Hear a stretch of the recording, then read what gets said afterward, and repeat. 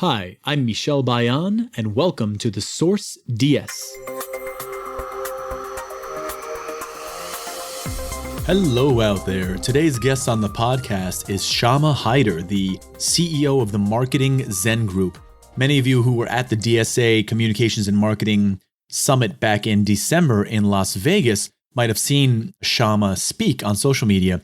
Since then, they've actually invited her back again, and she's going to be speaking here in a couple of weeks at the DSA Annual Meeting 2017 in Orlando, Florida. So I thought I'd reach out to Shama and see if she wanted to talk to us a little bit about her expertise in social media, what she's doing with various direct selling clients to affect their social media and the results that they're getting on social, and really wanted to talk a little bit also about targeting. A lot of the executives I speak to have a very high level and cursory knowledge of social media. They think of it as like posting. And really, there's so many other ways to look at social as a way to really finely target people that either have never had an exposure to your brand, or on the flip side of it, have recently had an exposure to your brand. You know it, and you want to get back to them again by social, by remarketing to them through super hyper-targeted social ads. So Shama gets into all this stuff. She talks about the advice she gives from stage when she speaks directly to direct sellers as well.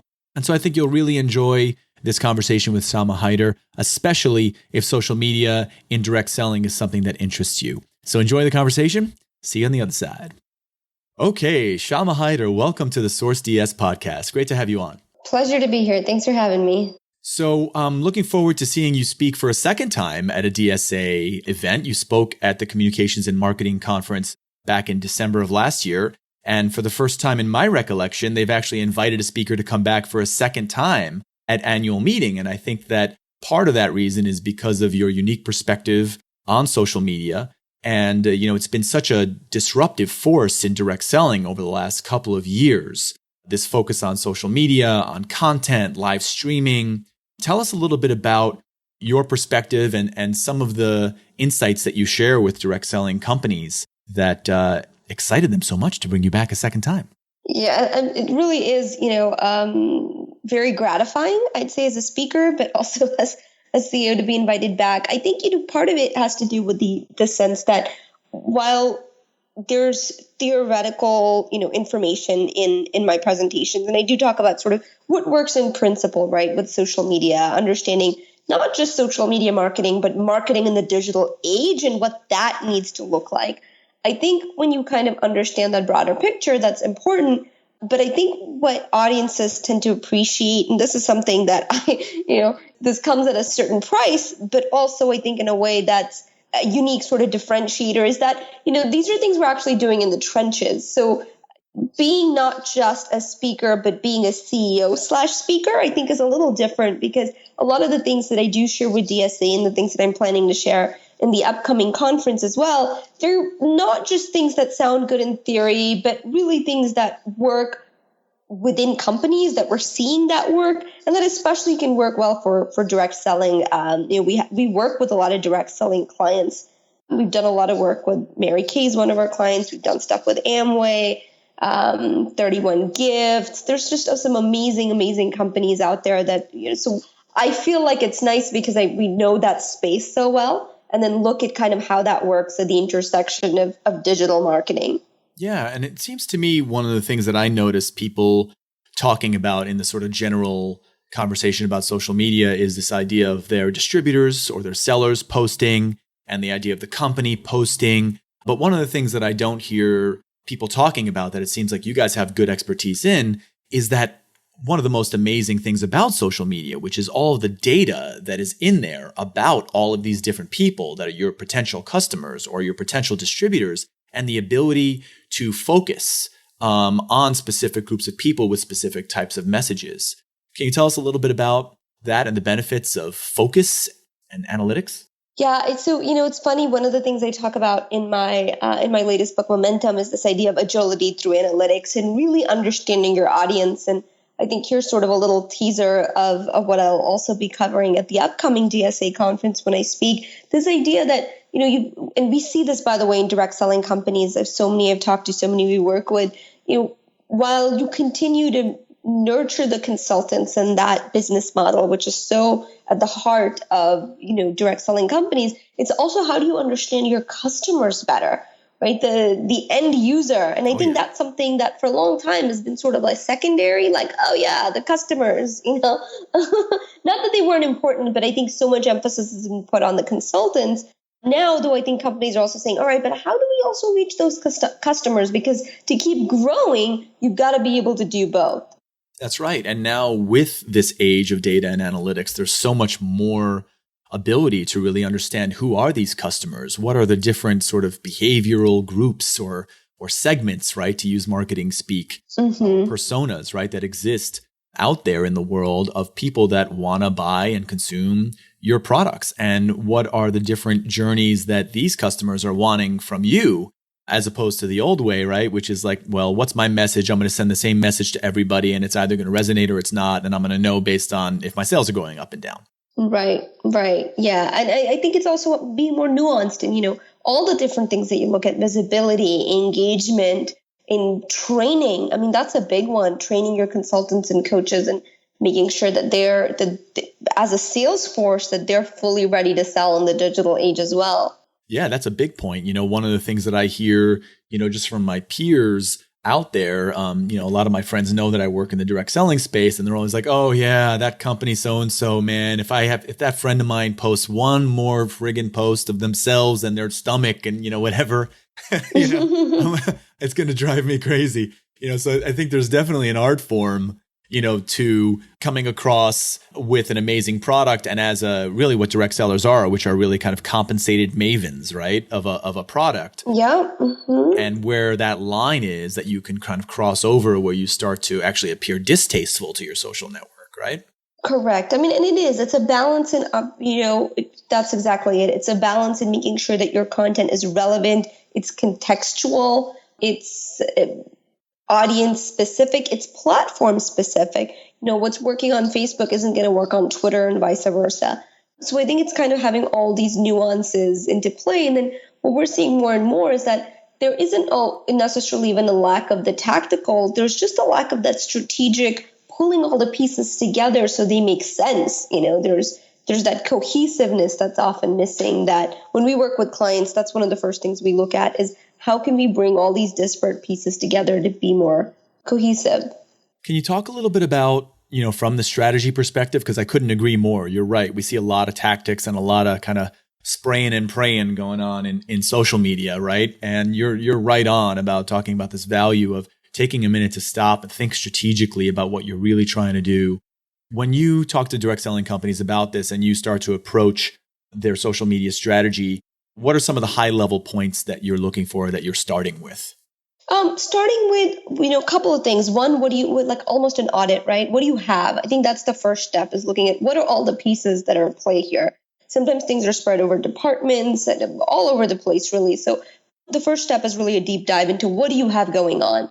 I think then it's also about looking at, all right, what are the different elements at play here? But then more than that, what are the goals, right? So you start with what are the elements, what all do you have going on in the kitchen? Like, it's almost like going to a kitchen and looking at ingredients, or like, maybe a sauce is cooking over here and someone's, making a batter here, and there's like a chicken in the oven. So there's all these different things. You're going in to look at, okay, what's happening here, and how do we take all these different things and actually make a meal out of it, and something that's your social media audience will be glad to gobble down. Then you look at the goals. I think that's the important part too. Is not just important to say, well, it's social media. Got to look into this stuff, man. That's important. It's really sort of, what are you trying to accomplish? And so I think, as marketing always has been and should be, it should drive business goals, right? So it's understanding as a business, okay, we want to have our consultants better equipped. Okay, we want to really reach our customers better. We really want to have a more proactive reputation. So I think you look at these things. And so one of the things we always ask, clients when we work with them is, all right, what are your KPIs? Like, where do you want to see the needle move, right? Is this leads? Is it sales? Is it retention of consultants? And then you look at, how are you judging us? I think that's the other question is how are you going to know this is successful? So many times what will happen is a client will have worked with another agency before or something, And then they'll say, oh, that didn't work out. And I'll always say, why? Because I'm really curious to understand what were they being judged on that they dropped the ball, That's a big one. I mean, the definition and defining success at the beginning is so important. And that's the next thing I was going to ask you, actually. So it's a great segue, which is a lot of our audience is our C-suite executives in direct selling companies. So these are not the people that are going to be writing the posts or creating the content themselves. They're going to be the ones that are going to be having to look at the money that they're spending on social media, the staff that they have executing on social and content, and making some kind of a judgment on, whether the people that they have are doing it, are getting the most out of it. So if when you meet executives like that are really like the high level guys trying to figure out, how do I know if my team is doing what they should be doing?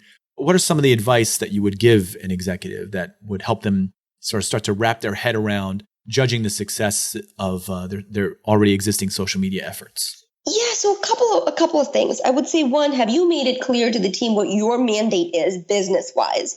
I think that's important. I think it's hard to say, how are these guys doing what they're supposed to if you haven't defined supposed to, right? So I think that's important.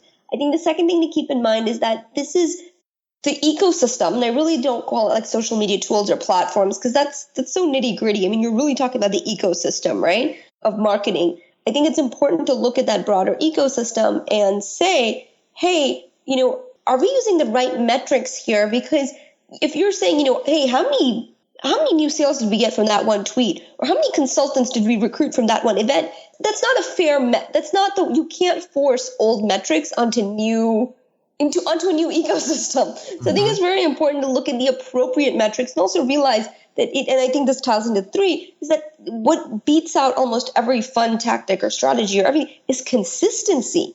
Consistency is so important, and I think it gets shortchanged a lot. So, before, for example, all these things sort of go hand in hand is not just looking at how, is your team sort of checking the boxes, but are they being consistent about it, and how are they pivoting when they need to pivot?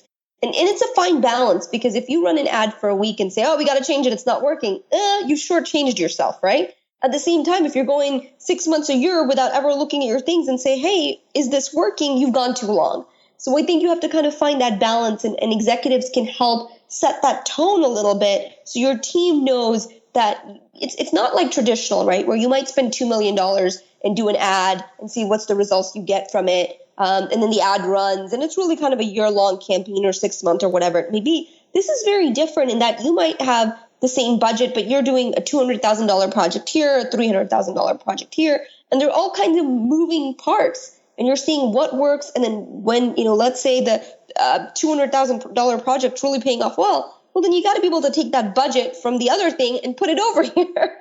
So I think some of this is also a mindset, right? And that comes from leadership. Knowing that it's fine for your team to say, you know what, not working, we got to go this direction. And that's okay. Being so many times, I think, and here's the cool thing, I think direct selling does this so well in that there is an environment of risk taking, right? It's very entrepreneurial. Like it's which I love about direct selling companies. I feel like even the people who we work with, the VPs, the CMOs, the marketing folks, they have that entrepreneurial giddy up, as we call it, in Texans, you can tell. It's like they have that giddy up. You don't always see that in other companies, but I think as executives, as leadership, it's so important to encourage that, because the best things with social, with digital, come from some of those experiments and trying things. And I'll give you an example. So Chase Business is one of our clients. And they called us a couple of months ago and they said, listen, we do these business conferences and we really want to figure out how do we make this more exciting? You tell us. So I love that. I love when a client comes to us and says, we want to do this. It's so broad. You tell us what you think would be a fit, right? So they didn't come and say, here are our tactical things that we're trying to. They came to us and kind of an open, and they said, look, here's sort of the budget we're looking at. Here's the timeline. What do you think? And by the way, that's very helpful too. When someone comes to us and says, oh, we want to do this, but doesn't always have a budget or a specific time frame, it's challenging, because in the world of marketing, the sky's the limit, right? So you can have campaigns ranging all over the place. So I think that sort of being said, when we talked to Chase Business, they said, all right, this is the event, here's what we're trying to do. And then we were able to go back and said, what about a social media genius bar. And this was it was so successful for them. So we essentially built an exhibit there, and it was, personalized to Chase business, and we had our team host it, and we answered social media questions for their business customers. And we also had we took 15 to 20 minute consults from them. They wanted us to take a look at some of their social and give feedback. And it was such a value add for the conference. It was such a win for the social team. It was such a win for the customers. And, and we're talking about doing that at all their conferences now. So this is, I think, how great ideas start, is when leadership is open, is when they say, we want to do this. Here's the broad goal. Or how do we engage our consultants better? Or how do we do, and then let our minds work, right? So as working with a team with a lot of creatives, that's great when a client says, we're open, here's what we're trying to do, here's the budget, here's kind of the scope, go. And that's Absolutely. and some of our best stuff has come out of when leadership is supportive in that way. Or, when even your internal team is not afraid to go to you and say, you know what, boss, I thought this was going to work out well. It's not.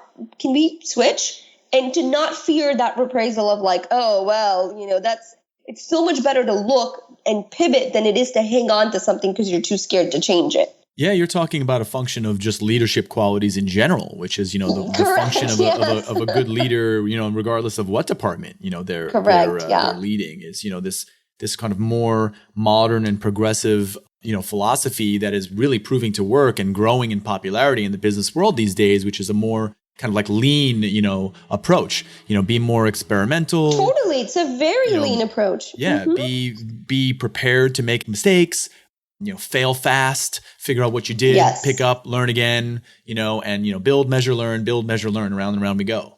And try, you can try small things when Chase Business King does, it wasn't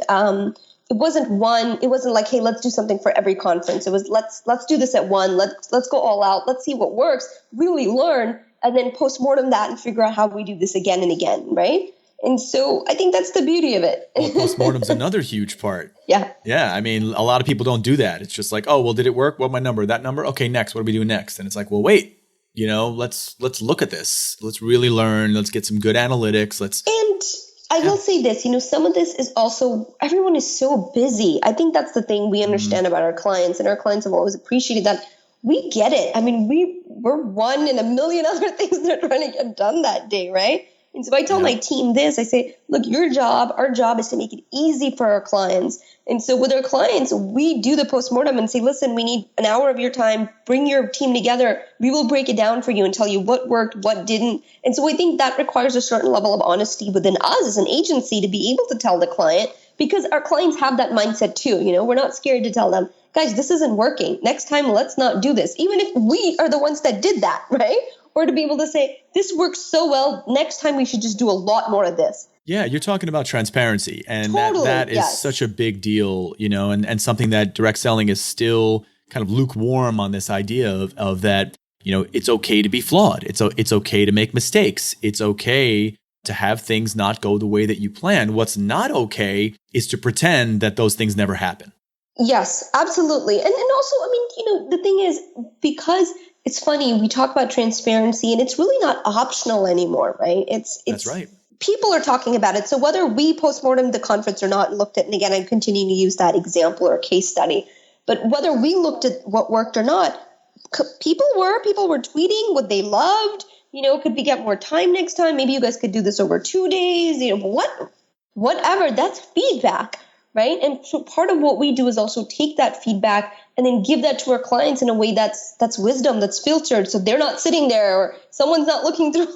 We're able to distill that for them and say, here's what you need to know for next time. Yep. Here's what you need to let your board know, your bosses know. Here's what, and part of that's also one of the things that I always train the team to do is how do we get some quick wins for our clients, regardless of what they're engaged us to do? Because a little win also gives them that little tidbit to take back to their bosses, right? And I would actually say to anyone listening here who reports up and so forth is find a quick win, especially if you're new to a position, if you're really trying to get, people ask me all this all the time, how do I get buy-in for something? I say, don't go in there asking for an 8-figure budget or 7-figure budget.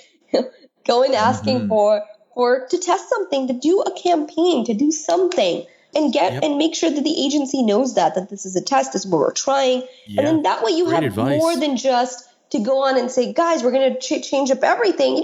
In an ideal world, sure, is that going to get you better results? Yeah, but if you come from an environment that's really crawl, walk, run, that's fine, Especially if you're dealing with executives that aren't as savvy at what you really can do with social. And they're really like, you get those executives who are just like, do my social, make it work. Tell me when you're making money, and Totally. And integration too, right? Again, so this is an interesting thing in that we were able to do this at an event that they already had. So it might, it wasn't necessarily a brand new, it was integrated in. So maybe there's something that you guys are already doing, right? For a company that's already doing something, you think, okay, how do we weave social media into this sort of fabric? Right? It doesn't have to be something separate out there. So yeah, I want to get a little bit more specific, because I think one of the beautiful things and amazing things about social media is how targeted you can be with who you're getting what message to.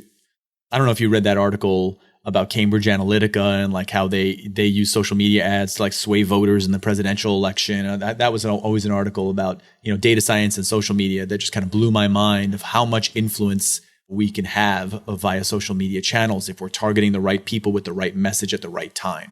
Oh, totally. Can you give an example for, maybe there's an executive sitting out there going, I'm still not wrapping my head around this. Like, what do you mean by targeting? How would I use targeting in social media to affect, a positive outcome for my business as a direct selling executive?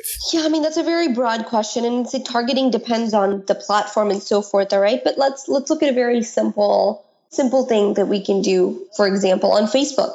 Facebook advertising is one of the best return on investments today, period. It's like Google AdWords was back in the heyday, which I think is awesome. It's also just crazy, stupid, cheap for what you're getting. But you can do such targeted stuff, You can even do retargeting on Facebook. So if you have people who are on your email list, you can now target them on Facebook.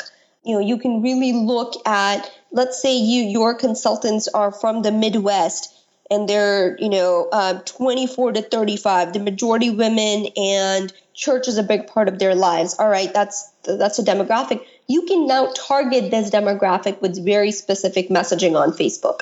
And because you've got a few billion people there, you have all this, and you have all this data. You know who they voted for, what church they go to, it's amazing how much you know about people now that they're willingly shared, right? That's right. Or even lever cookies, right? If you've got replicated websites out there for, 300,000 sales reps, then you're getting traffic to those websites every single day. And, a lot of those people aren't buying something. They might be checking out a rep's replicated website, but then, 15 minutes later, they're on Facebook. Oh, totally. Yeah. There's so many different things, even with shopping cart stuff, right? Abandoned shopping cart. You can retarget those things. There's just so many ways to do that. That's great. So talk to us a little bit about the types of content that you're seeing being created out there by direct selling companies. I think when a lot of direct selling companies think about, video or something like that, they think about, their opportunity video or like a product pitch or some testimonial videos. And those like three forms of content are pretty much where it all ends, and then the rest is like up to the sales force. What are you seeing in terms of some more progressive practices around how direct selling companies can use what type of content and what they get out of it? Yeah, and I think that's the other thing, is also not thinking of content as a one-off, right? So I think it's hard when you look at content and you say, oh, we did this one piece of content. What did it deliver for us? You have to look at content in the overall scheme of things. I think that's important. The other thing is to put money behind your unicorns. And what I mean by that is, for example, on Facebook, when we do promote content or we do advertising or things, we don't do that across the board. We don't take every piece of content and say, oh, everything's, let's say you've got a budget of, $5,000 for Facebook ads. You're not putting that $5,000 equally behind every piece of content. That's stupid, right? What you look at is which content's doing the best. So we call these the unicorns and versus the donkeys. So you look at the unicorns, and it might be 10% of your content that's already organically successful. People love it. That's the stuff you promote, right? So that's where you put your budget. And I think that's another thing that's very important to think about content. So you're thinking also about content's important, but also content being important in a broader way, not just as, how many views are we getting organically? Because today's social landscape is very much advertising and organic.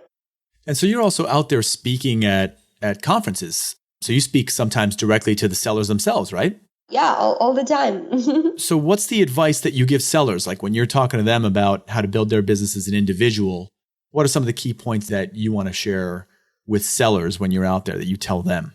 Yeah, so a couple of things. One of the things I always have to stress is use the resources you have, because that's the other thing. Direct selling companies, a lot of them have great material. I mean, a lot of them that I've encountered, but it's not, I feel like the sellers don't always utilize that for the fullest, right? Or like there might be an app. So I think part of that is just getting, and funny thing is sometimes it's just someone from the outside saying something that the internal team has been trying to tell them. But just because it's someone from the outside, they're somehow more willing to listen, or it's just a different voice, right? So I think part of that is looking at, okay, what are your resources that you're already leveraging? I think the other thing is to be really smart about your social platforms, meaning the same kind of principles that we teach direct selling companies, we talk to the consultants and sellers, is you got to make sure that you're providing value to your customers, right? It's not just about, here's the latest product, check it out, but how is that useful? What's the context of that? So, and also understanding how to use new technologies like Facebook Live, for example. That's a great one. Lots of sellers are very interested in that, or like using Facebook groups to sell. What's kosher, what's not. Twitter still tends to be an enigma for a lot of people. How do you get more followers on Instagram? How do you get your customers to follow you on Instagram? How do you turn more of your Instagram followers into customers? So it really is just the sky's the limit. I think the other thing is for a lot of them, getting them to feel more comfortable so they don't feel overwhelmed. Like, oh my God, I got to, one of the things I like to do when I speak is I'll give sort of the broad landscape, and then I'll give 10 things they can do as soon as they go home, which they love because they want very specific tactical, all right, what do I do when I get home? So I think this sort of gives them the best of both worlds. Definitely. And I see the role that you guys seem to play as an agency as well, which is to sort of take some of the pressure off of corporate. So many corporate teams I see in direct selling are in many cases undercapitalized with their internal teams. And so everyone's burning the candle at both ends. Everybody's running around with their heads chopped off, and they don't to have enough time to just stop, take a deep breath, look at what just happened, give it a really good postmortem, like you were saying, and decide strategically on what to do next, because they're already on the next thing, and then convention's coming up, and then they're really running around with their heads chopped off and on fire, and totally. And so I definitely see the value of that, and that's something that I'll move in now, just as we move into getting to know you personally better. I find in the industry that balancing work and life and taking care of themselves is always tough, because, like I said, a lot of people burn the candle on both ends. You too, you're in demand. You were just telling me about your wild upcoming travel schedule. Do you have any practices for yourself that you use to kind of keep yourself in balance and keep you grounded? Yeah, I get sleep. I get enough sleep. I will tell you this. That's such an important thing. I get a good 8 to 9 hours every night. And I know that's probably surprising to a lot of people just because they see the amount of output that I have in my life. But you know what? For me, that allows me to go 100% the hours that I am awake, rather than going like 50, 60 or whatever, Great point. So it really, people underestimate the power of sleep. And I'm really one of those lucky, blessed few that I fall asleep the moment my head hits a pillow, the back of a plane chair, the plane seat. I can sleep pretty much anywhere, which is it is a blessing for as much as I travel. So part of that is recharging. Part of that is just being choosy about what I prioritize. Like Reed Hastings said, who's the founder of our CEO of Netflix, that he said that Netflix's greatest competitor is sleep. And I think that's the shows come out and people they binge watch that stuff. And so I don't watch a lot of television. Again, I'm very just sort of picky about what I put into my life. And I think that kind of helps me recharge. It also helps that I love what I do. It's, I'm passionate about this. I have been for a very long time. That's awesome. If you could, since you know a lot about reaching people and targeting on social, this is going to be a good question for you. And these are the questions that I ask everybody. If you could place an ad online today that either every person that's online today would see or a specific targeted group of your choosing would see, what ad would you place up and what would it say or do? Boy, yeah, I mean, that's funny. I'd have to really think about what I'd want the ad to do, isn't it? If I had to say right now, and it would be like absolutely, just, I have thought about like, what if someone could just, what is it called? The cloud writing, write something on the sky. Skywriting, yeah. Skywriting. There we go. Thank you. Maybe just marketing Zen. And I think that would get people curious enough to search. And once they search, then we have plenty of ways to funnel them in. So I love it. That's my answer. That's the ambition of the young entrepreneur, ladies and gentlemen. I thought you were going to say go to sleep. Go to sleep. No, that's funny. No, that's, yes. I mean, they can sleep after they let us do their marketing for them, right? I love it. There you go. Is there a charity or some kind of special cause that's close to your heart? So many. I mean, we're very, we choose things based on what the team's interested in, and that's often changing. We, for example, as a team recently gave to aid to build medical facilities in Syria, especially there's a lot of news about children and being on the ground and doctors privately wanting to go there. And so we helped fund a few of those trips. And part of that was because a lot of our team members are parents and have kids. And I think that's something that really resonated with a lot of the team, and they came to me and we would share things with each other. And I was like, man, we've got to do something. So I think that stuff like that, I really let the team dictate. And it changes, really based on sort of where people are and where we feel we can be of help. Personally, for me, I'm a big animal lover. So that's a cause that's very close to my heart. I've got two little guys, Snoopy and Teddy. So my little fur babies. And so, we support Operation Kindness, SPCA, a lot of local animal charities. And it's just, anything dog related is sort of a sure thing for me, only because I love my little guys and they live like princes. And so I can't there's nothing sadder to me than like an unwanted dog out there or an unhappy pet that just gets to my heartstrings. Oh, if you could, this is the last one. If you could go back to any time in your life and meet yourself back then and share a piece of advice with yourself, when would you go back to and what would you tell yourself? What advice would you give yourself? Here's the funny thing. I don't know if I'd ever do that, if I even had the chance to do that. And the reason is because I feel like everything that happens is meant to teach you something. So I would worry that if I veered my younger self off on a different course, of what are those lessons that I wouldn't have had a chance to learn? Because I think certain things you have to experience. It can't, even if it's your own future self trying to warn you. That's a great point. So I don't think I would trade my mistakes or my challenges for anything. I mean, at the end of the day, I feel like, then this is sort of my personal belief, obviously, is life is school, to some degrees. It's an education. And in education, you have lessons, and it's also very temporary. So I think that me going back to say, take a different route would imply that there was a right or a wrong versus every path, teaches you something.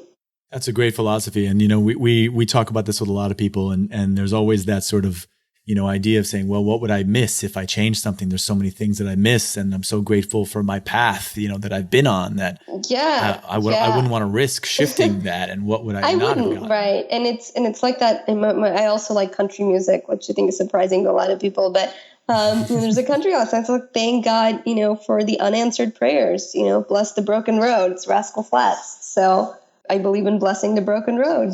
That's great. Well, Shama, thank you so much for coming on board. I can't wait to see you again at the DSA Annual Meeting this coming June, for you to share a bunch of more wisdom bombs with this great group of people at the annual meeting. And so check out Shama, everyone. We'll have all her info in the podcast notes. Thanks for coming along. Awesome. Thanks so much for having me. I appreciate it.